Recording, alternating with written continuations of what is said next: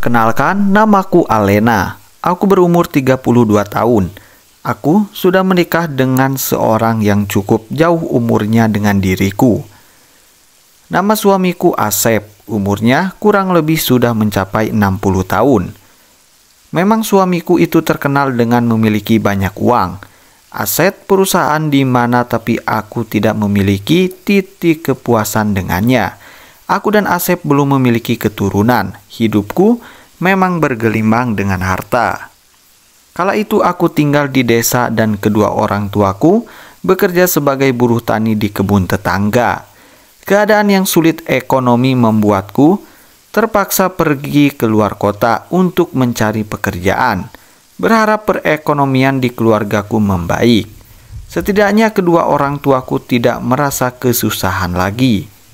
Aku dua bersaudara. Aku memiliki adik laki-laki yang sekarang masih duduk di bangku sekolah menengah atas.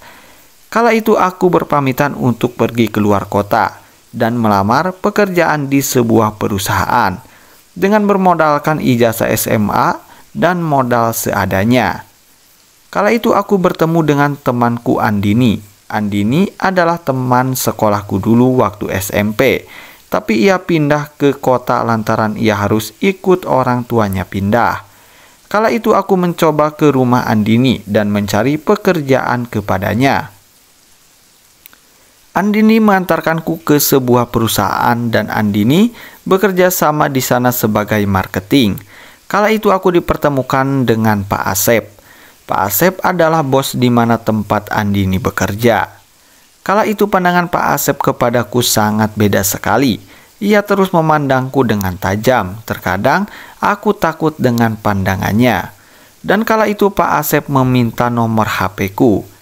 Seminggu kemudian aku mendapatkan panggilan kerja. Dan Pak Asep terus memberikan pandangannya kepadaku. Lalu ada masuk pesan WA di HP-ku. Pak Asep memiliki 3 orang istri. Aku takut menjadi bagian dari hidupnya, karena ia sudah berstatus seorang suami.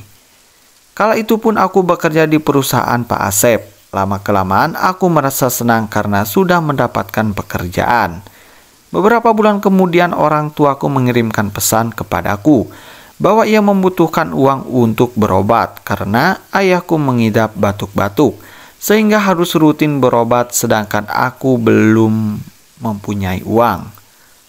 Kala itu aku mencoba meminjam kepada Andini, tapi Andini pun sama denganku belum memiliki uang. Andini mencoba memberikan saran kepadaku untuk meminjam uang kepada Pak Asep.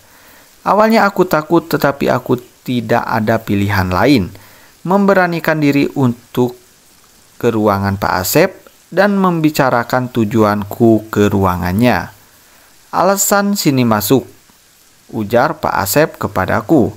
Aku pun duduk di hadapannya dan berbicara kepadanya, mau minjam uang kepadanya. Tanpa aku duga Pak Asep berkata kepadaku, "Alena, aku tahu dengan kesulitanmu. Kalau kamu mau menikah denganku, nanti urusan ekonomimu itu urusanku," ujar Pak Asep kepadaku.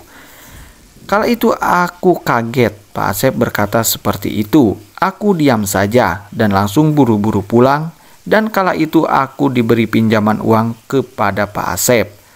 Sesampainya di rumah Andini, aku menceritakannya kepada Andini bahwa Pak Asep mau menikahiku. Dengan keadaan dan kondisi orang tuaku yang sangat sulit sekali ekonomi, akhirnya aku mau menikah dengan Pak Asep.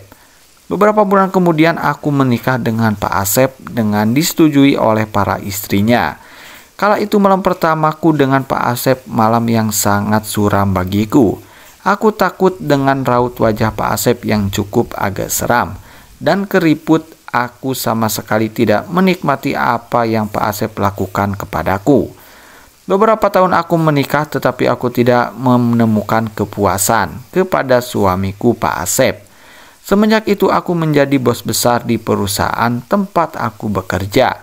Karena Pak Asep yang sudah tidak sanggup untuk mengurus perusahaan sebesar itu. Akhirnya aku yang mengurus perusahaan dan Andini aku angkat menjadi sekretarisku. Kala itu di suatu pagi aku melihat ada seorang laki-laki. Ya, laki-laki itu Rohidin. Rohidin adalah seorang pria yang perawakannya sangat bugar dan masih sangat muda kala itu. Kala itu ia melamar pekerjaan di kantorku. Kala itu juga aku menginterviewnya. Kala itu aku merasakan hal yang aneh terhadap Rohidin. Aku merasakan adanya getaran kepadanya. Aku memandanginya terus-menerus kala itu. Aku memutuskan untuk menerima Rohidin menjadi stafku di perusahaan. Semenjak itu aku selalu memanggil Rohidin untuk keperluan apapun. Kala itu ada kesempatan untuk aku makan siang bersama Rohidin. "Rohidin, sekarang kamu ikut saya," ucapku kepadanya.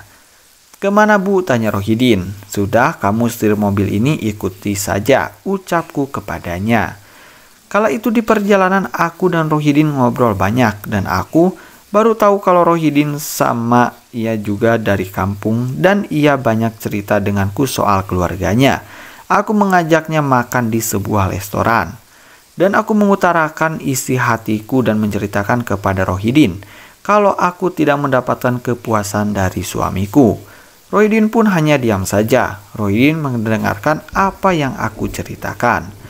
Kala itu aku pulang menuju kantor karena kala itu jam kantor. Di sepanjang jalan aku melihat ada sebuah penginapan. Aku berkata kepada Rohidin, "Rohidin, kita berhenti dulu di sana," ucapku. "Mau ngapain ke sana?" tanyanya dengan penuh penasaran. "Sudah, kamu ikut saja," ucapku kepadanya. Akhirnya Rohidin mengikuti perintahku. Aku pun memesan kamar berdua dengan Rohidin. Sesampainya di kamar penginapan, aku memegang tangan Rohidin dan berkata, "Ayo, aku tahu kamu juga mau kan? Aku mau puasin aku, Rohidin." Akhirnya Rohidin mau mengikuti perintahku, dan tak kuduga Rohidin sangat jago. Dalam kehidupanku baru kali ini aku merasakan puncak surga dunia yang selama ini aku tidak dapatkan dari suamiku. Aku melakukan adegan bersama Rohidin sampai berkali-kali, dan terkadang aku melakukannya di kantor, dan apabila ada kesempatan aku melakukannya di hotel bersama Rohidin. Rohidin selalu aku beri uang apabila sudah melakukan tugasnya. Denganku semua ini berlanjut sampai aku mengandung. Aku kaget kala itu, dan aku berkata kepada suamiku kalau ini adalah anaknya, padahal selama ini aku melakukannya bersama Rohidin. Biarlah semua ini akan menjadi rahasia dalam hidupku karena ekonomi dan kepuasan. Nah, berikut adalah alur cerita untuk hari ini ya. Terima kasih.